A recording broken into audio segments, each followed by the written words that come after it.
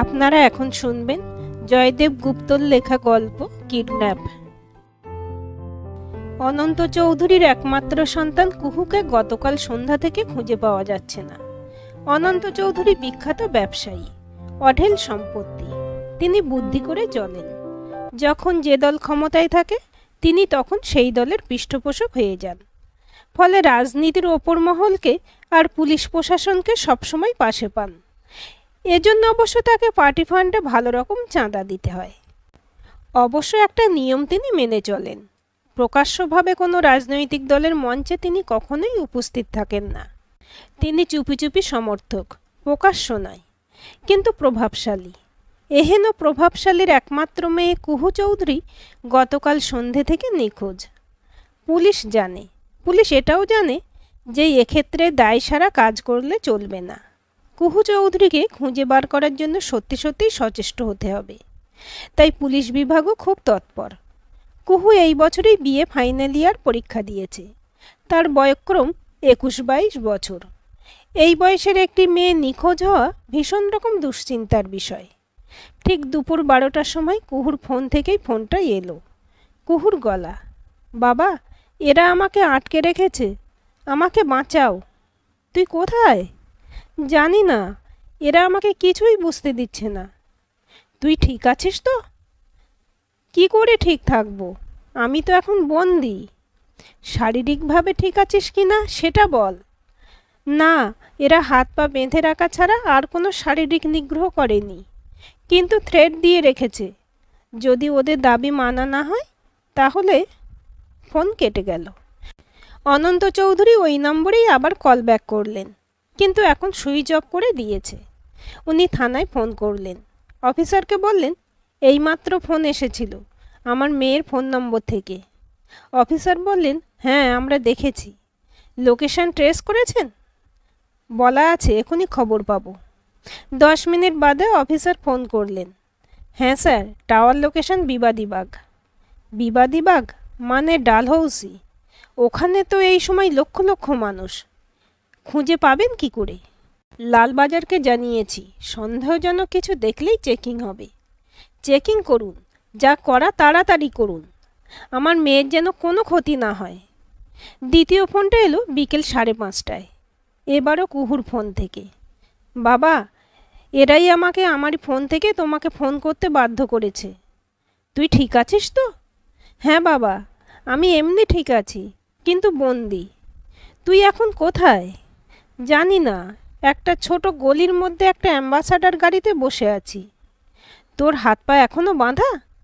গাড়িতে করে বাইরে বেরোলে পা বেঁধে রাখছে যাতে পালাতে না পারি, কিন্তু যে ঘরে আমাকে বন্দি করে রেখেছে সেখানে বাঁধন খুলে দিচ্ছে। অবশ্য তার জন্য আমাকে কথা দিতে হয়েছে যে আমি পালাবার চেষ্টা করব না। আর পালাতে গিয়ে ধরা পড়লে ওরা বলেছে আমার ডেড বডি নাকি তোমাকে পাঠানো হবে। খাওয়া দাওয়া করেছিস? হ্যাঁ, খেতে দিয়েছে। ওরা কি চায়, মুক্তিপণ? না বাবা, ওরা অন্য কথা বলছে। কি কথা? বাবা, তুমি নাকি চণ্ডীতলার বস্তির জমিটা বস্তি সমেত কিনেছ। তুমি নাকি ওখানে ফ্ল্যাট বাড়ি বানাবে, এটা কি সত্যি? হ্যাঁ তো কি, বস্তির জমিটা এখন আমার, তাই ওখানে আমি ফ্ল্যাট বানাবো। আর বস্তির লোকগুলো, ওদের কম্পেনসেশন দিয়ে দেব। ও বুঝেছি, এখানেই এদের আপত্তি। ওখানে বস্তি উচ্ছেদ করে ফ্ল্যাট বানানো চলবে না, সেই শর্তেই ওরা আমাকে মুক্তি দেবে। ওরা কারা? কাউকেই চিনি না, সবাই অচেনা। তোর কোনো ক্ষতি করেনি তো? না, গায়ে হাত দেয়নি, যা বলার মুখেই বলেছে। ধমক দিয়েছে, ভয় দেখিয়েছে। আচ্ছা, ওদের বল আমি ফ্ল্যাট বাড়ি বানাবো না, কথা দিচ্ছি। ওদের বল তোকে ছেড়ে দিতে। একটুক্ষণ চুপচাপ। সম্ভবত অপহরণকারীরা কুহুকে কিছু বলল। তারপর কুহু আবার ফোনে কথা বলল। বাবা, ওরা বলছে মৌখিক প্রতিশ্রুতির কোনো মূল্য নেই। তাহলে কি করতে হবে? ওই জমির দখলদারি ট্রান্সফার করতে হবে। কার নামে? কার নামে? এবার কুহু ওদের জিজ্ঞেস করল। আবার কিছুক্ষণ চুপচাপ। তারপরে ফোনটা কেটে দিল, সুইচ অফ করে দিল। কিছুক্ষণ পরে থানা থেকে জানালো এবারে টাওয়ার লোকেশন শ্যামবাজার। একটা জিনিস বোঝা গেল, ওরা নিজেদের ডেরা থেকে ফোন করছে না, জনবহুল জায়গা থেকে ফোন করছে, যেখান থেকে ওদের ধরা মুশকিল। যে ঘরে কুহু বন্দি হয়ে আছে, খাটের উপর কুহু বসে আছে। ঘরে অনেক বই আছে। শরদিন্দু বন্দ্যোপাধ্যায়ের লেখা ঝিন্দের বন্দি গল্পটা একটুখানি পড়ে বই বন্ধ করে রেখে দিল। ফোন অন করার উপায় নেই, কারণ ফোন অন করলেই টাওয়ার লোকেশন ধরা পড়ে যাবে। তাই কুহু গল্পের বইতে মন দেবার চেষ্টা করল, কিন্তু মন বসছে না। পুরনো দিনের কথা মনে পড়ছে। ক্লাস 9 থেকে কুহু গানের স্কুলে ভর্তি হয়েছিল, যদিও সেই শেখার মাঝে মাঝে ছেদ পড়েছে। ক্লাস 10 আর ক্লাস 12-এর পরীক্ষার সময় বেশ কিছুদিন ধরে গান শেখা বন্ধ ছিল। অবশ্য কুহু নিজেই ভালো করে জানে সে আহামরি কিছু গান গাইতে পারে না। ওই চর্চা করে যতটুকু এগোনো যায় ততটুকুই হয়েছে। গানের স্কুলে অনেকেই ভালো গান করে। ওরা যে প্রোগ্রাম করে তার মান বেশ ভালো। কুহুর অবশ্য স্থান হয় কোরাসে। আর সবথেকে ভালো গলা সাক্ষ্যদার। সাক্ষ্যদা গুরুজির প্রিয় ছাত্র। খুব ছোটবেলা থেকে গান শিখছে। আর গান তো রক্তে থাকে, জিনে থাকে, আর সাক্ষ্যদার গলায় নিখুঁত সুরে বাজে। ক্লাস 9-এর কিশোরী কুহুর মনে হয়েছিল সত্যিকারের পুরুষ মানুষ দেখতে হলে সাক্ষ্যদাকে দেখতে হবে। লেখাপড়ায় দুর্দান্ত, গানের গলাও অপূর্ব। তবে সব থেকে বড় গুণ সাক্ষ্যদার সৌম্য শান্ত স্বভাব। তাছাড়া যে কোনো কারো বিপদে বা অসুবিধায় পড়লে সাক্ষ্যদা ছুটে যায়। ওই 15 বছর বয়সে যেমন হয়, চোখে একটা ঘোর লাগে। মনের মতো পুরুষ মানুষ দেখলে মনে হয় ওই মানুষটাই বোধহয় সবচেয়ে আকর্ষণীয়। তবে ওই বয়সে তো আর মনের কথা মুখ ফুটে বলা যায় না, তাই ভাবনার কল্পনার জগতে তারা এসে হাজির হয়। বর্ষার ভিজে যাওয়া বা উদাসী সন্ধ্যায় হৃদয় কল্পনার জাল বনে। পৃথিবীটা বড় সুন্দর মনে হয়। এটাকে প্রেম বলে কিনা কুহুর জানা নেই, কারণ প্রেম তো হয় দ্বিপাক্ষিক।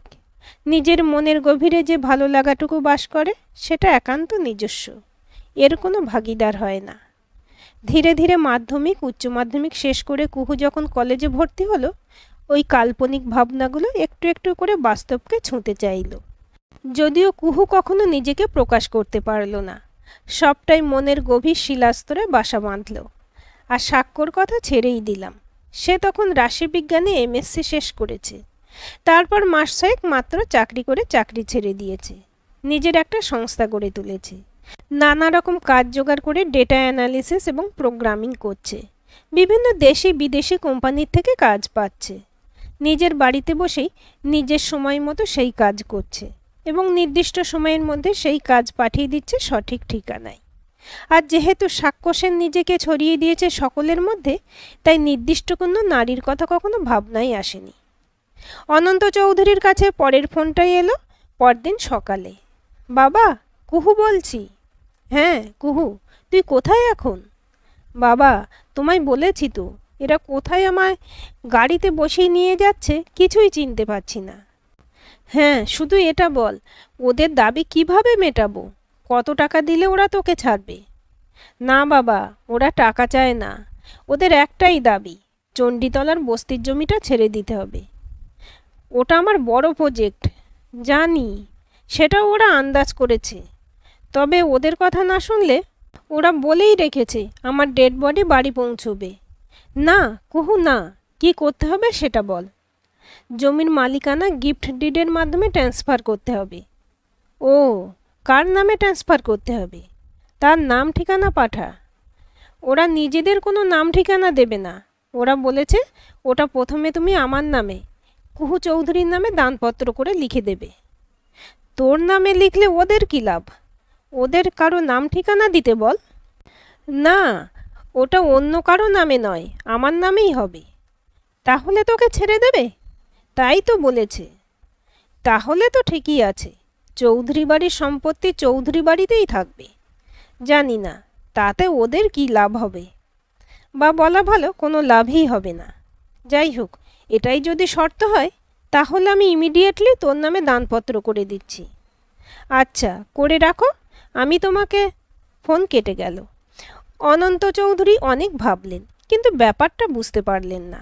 তার সম্পত্তি তার মেয়ের নামে লিখে দিলে তো তার নিজেরই থাকবে। ওই কিডন্যাপারগুলো নাকি কুহু বুদ্ধি করে ওদের কিছু উল্টোপাল্টা বুঝিয়েছে, আর বুঝিয়ে তাদেরই বোকা বানিয়েছে? তাই যদি হয় তাহলে বুঝতে হবে কুহু বাপের বুদ্ধি পেয়েছে। যাই হোক, অনন্ত চৌধুরী নিজের সলিসিটরকে ফোন করলেন। মাস তিনেক আগের ঘটনা। হঠাৎ করে একদিন সাক্ষ্যর সঙ্গে কুহুর দেখা হয়ে গেল। কিরে কুহু, কেমন আছিস? সাক্ষ্যই ডাকল। ভালো, তুমি কেমন আছো সাক্ষ্যদা? আমি ভালো আছি রে। এরা কারা? সাক্ষ্যর সঙ্গে 4 জন কিশোর ছেলে দাঁড়িয়েছিল। কুহু তাদের দেখেই জিজ্ঞেস করল, এরা আমার ছাত্র, আমার কাছে সায়েন্স সাবজেক্ট পড়ে। ও, তুমি টিউশন দাও? ওই মানে শৌখিন মজদুরি বলতে পারিস। একটি ছেলে এগিয়ে এলো, বলল, দাদার জন্যই তো আমরা লেখাপড়া করতে পারছি। বুঝলাম না। মানে আমরা তো গরিব ঘরের ছেলে, আমাদের লেখাপড়ার খরচ জোগানো আমাদের বাবা মায়ের পক্ষে সম্ভব নয়। এই দাদাই আমাদের পড়ায়, বই খাতা কিনে দেয়, তাই আমরা লেখাপড়া করতে পারি। কোথায় থাকো তোমরা? ওই উল্টো দিকের বস্তিতে। ও, বুঝলাম সাক্ষ্যদা, এই জন্য তুমি বললে শৌখিন মজদুরি, তাই না? ওই আর কি। আর তোমার কাজকর্ম? করি তো। ওটা অবশ্য শৌখিন নয়, ওটা শুধুই মজদুরি, পয়সা পাই। আর কাকু কাকিমা? তুই তো জানিস আমার বাবা এয়ারফোর্সের ডাক্তার, এখন জম্মুতে পোস্টেড। বাবা মা তাই ওখানে। এখানে তুমি একা? হ্যাঁ, পৈতৃক বাড়িতে থাকি, বাড়ি ভাড়া লাগে না। আর ওই সমাজসেবায় দিন কাটে। শুধু আমি না রে, আমাদের 4 জনের একটা গ্রুপ আছে। আমাদের ছাত্ররা ওই গ্রুপকে বলে রম্বস। সব দিক সমান, কিন্তু একটু হেলে থাকে। কার দিকে হেলে থাকে? দিকের ঠিক ঠিকানা নেই রে কুহু, শুধু জানি আমরা একটু একবজ্ঞা। হ্যাঁ, বুঝেছি, পিসার হেলানো টাওয়ার। তবে পাশে কাউকে রেখো, বেশি হেলে গেলে সামলাবে। মানে? বিয়ে করেছ? না, বিয়ের কথা ভাবিনি। কেন? দূর, আমার মতো ঘরের খেয়ে বনের মোষ তাড়ানো বাউন্ডুলোকে কোন পাগলি বিয়ে করবে? বুঝলাম। পরের দিন সকালে আবার ফোন এলো, বাবা তুমি কি কিছু ব্যবস্থা করলে? কি ব্যবস্থা? আমার নামে দানপত্র তৈরি করেছ? না, এখনো হয়ে ওঠেনি। এরা আমাকে আর 1 সপ্তাহ সময় দিয়েছে, তার মধ্যে এদের কথা মতো কাজ না হলে বাবা আমার মরে যেতে ইচ্ছে করে না। কিন্তু এসব কথা বলিসনি কুহু, আমি 2-3 দিনের মধ্যেই সব ব্যবস্থা করছি। একটু চুপচাপ। ওরা কুহুকে কিছু বলল।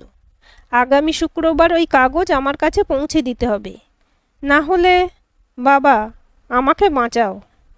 বেশ, তাই হবে। বুধবারের মধ্যেই অনন্ত চৌধুরী গিফট ডিড তৈরি করলেন। তারপর শুধু অপেক্ষা, শুক্রবারে ফোন আসবে। শুক্রবার দিন সকাল থেকে অপেক্ষা চলল, অথচ সন্ধে অবধি কোনো ফোন এলো না। অনন্ত চৌধুরী চিন্তা বাড়তে লাগলো। কি হলো মেয়েটার? একে তো তার নিজের চিন্তা, কুহুর মাও কদিন ধরে কেঁদে কেঁদে খাওয়া দাওয়া বন্ধ করে বসে আছেন। ঠিক রাত 11:30টায় ফোন এলো, বাবা সব হয়েছে কি? হ্যাঁ রে কুহু, আমি রেডি। ঠিক আছে, ঠিক 12টার সময় তুমি সারদান এভিনিউয়ের কালীবাড়ির উল্টো দিকের ফুটপাতে দাঁড়াবে। ডিটটা একটা ব্রাউন খামে ভরে হাতে রাখবে। বেশ, তারপর? তারপর জানি না, এরা যেমন বলবে আমি তোমায় জানাবো। আবার ফোন এলো ঠিক রাত 12টায়, বাবা তুমি কি ঠিক জায়গায় পৌঁছে গেছো? হ্যাঁ বাবা, 2 জন লোক তোমার কাছে যাচ্ছে, ওরা তোমাকে একটা নম্বর বলবে, 1121। তুমি তখন ওদের বলবে 821। ওরা তোমার কাছে খাম চাইবে, তুমি দিয়ে দেবে। ব্যাস, অন্য 2 জন দূর থেকে তোমার উপর নজর রাখবে। কোনো ঝামেলা হলে বা পুলিশ দেখলে সঙ্গে সঙ্গে এখানে ফোন আসবে, আর সেটাই হবে আমার জীবনের শেষ মুহূর্ত। পরের কয়েক সেকেন্ড তাই ঘটল। সারা শরীর পোশাকে ঢেকে মাথায় হেলমেট সহ একটা বাইকে চড়ে 2 জন এলো। কোড নম্বর বলা বলি হলো।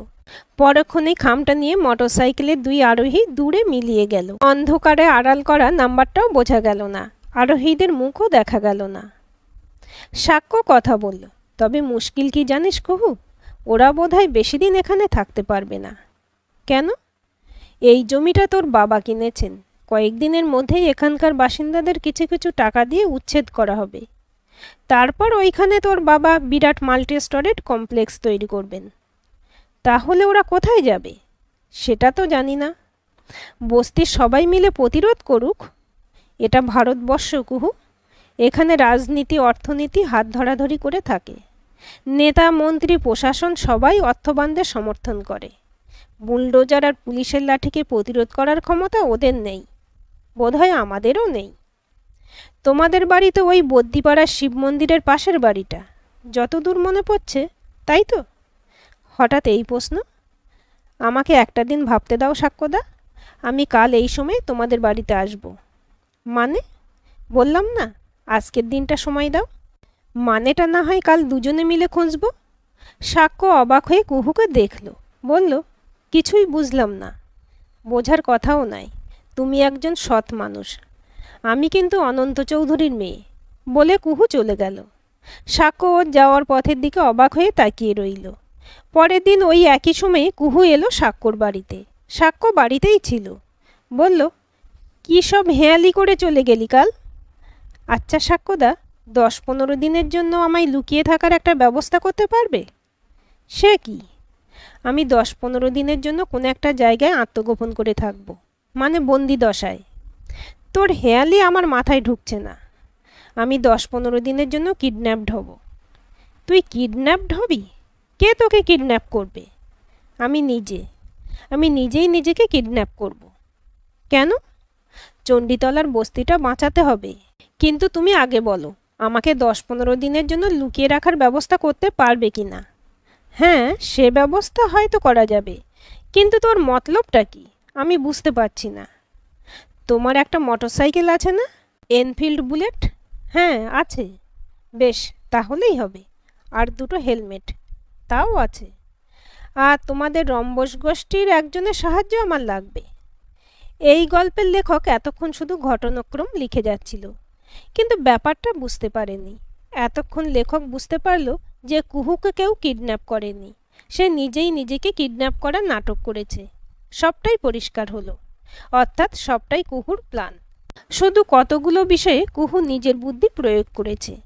সাক্ষ্যর বন্ধুদের সঙ্গে মোটরসাইকেলে চড়ে হেলমেটে মুখ ঢেকে কখনো ডালহাউসে, কখনো শ্যামবাজারে গিয়ে ফোন করেছে আর বলেছে গাড়ির ভিতরে বসে আছে। পুলিশ অনেক গাড়িতে তল্লাশি চালিয়েছে, ওরা বুঝতেও পারেনি। ওদের নাকের ডগা দিয়ে হেলমেটে মুখ ঢেকে মোটর বাইকে চড়ে কুহুরা যত্রতত্র ঘুরে বেরিয়েছে। আর রম্বসের দুজন সদস্যের সাহায্য নিয়েছে সাদান এভিনিউ থেকে গিফট ডিডটা আনার ব্যাপারে। তারপর এক সলিসিটরের সাহায্যে আইন কানুন মেনে গিফট ডিড রেজিস্ট্রি করিয়েছে। সাক্ষ্য জিজ্ঞেস করল, এই প্ল্যানটা তোর মাথায় এলো কি করে? বললাম না, তুমি বড্ড ভালো মানুষ। আমি কিন্তু অতটা ভালো নেই। আমি অনন্ত চৌধুরীকে দাবার চালে হারাতে জানি।